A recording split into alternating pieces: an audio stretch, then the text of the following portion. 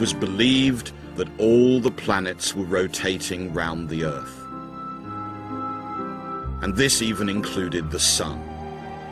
But Galileo's telescope suggested things were very different. What Galileo had shown with his discovery of the moons orbiting around Jupiter was that here were bodies orbiting round somewhere else, around another planet. And that made it much more plausible that there were many objects in motion in the universe, each revolving around different centers. Above all, I think it made it really plausible that the Earth was moving, that the Earth was a planet.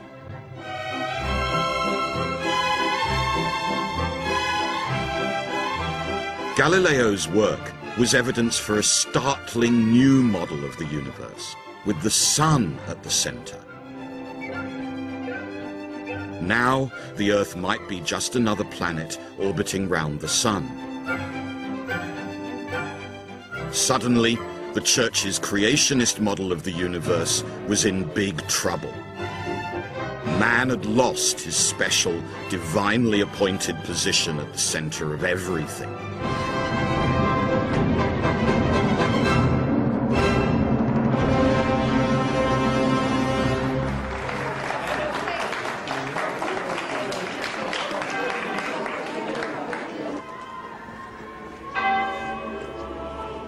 The position of the Church as all-knowing and all-powerful was under threat. Yet the last thing Galileo had intended was to damage the Church. Galileo was a religious man who simply wanted the Church to get it right and not look foolish. And he openly said, "The Bible may tell you how to go to heaven, but it doesn't tell you how the heavens go."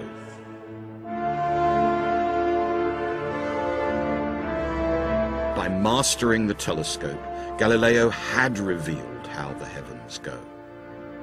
Galileo had made his telescope just to make money, yet unwittingly, using light, he dealt a damaging blow to God's supremacy.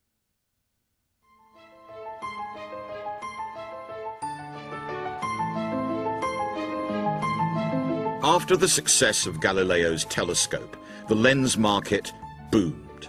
Lenses became an almost universal technology and reached into every aspect of life.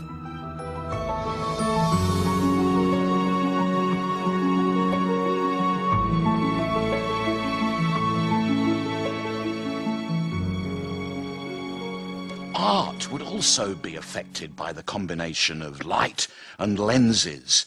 A dramatic change would take place in ways of painting and drawing, and a new kind of realism would enter the way of representing the world. For the first time, the ordinary, the everyday, became subjects for the artist's canvas.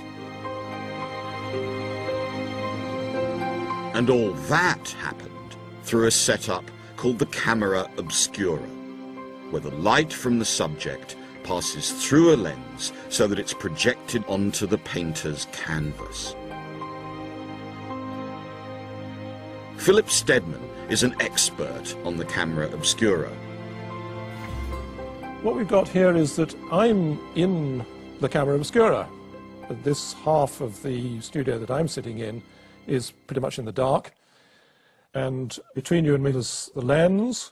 You're very brightly lit, and the image comes through the lens onto this translucent screen that I'm working at, and I'm tracing around the other side of it.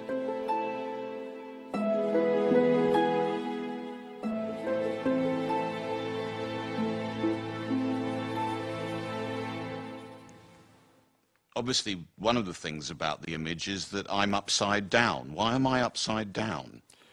Well, we're upside down because we've got a very simple camera arrangement here, just the lens between you and me and the screen, and the rays of light cross over in the lens, and so the, as it were, the bottom half of you becomes the top half of the picture.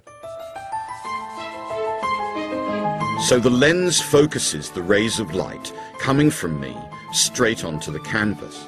It's the same principle and the basis of modern film cameras. Artists started to become interested in camera obscuras with lenses in the middle 17th century. The outstanding example is Vermeer. Vermeer seems to have become interested in the camera obscura in the middle of his career. There's a definite date where he changes completely.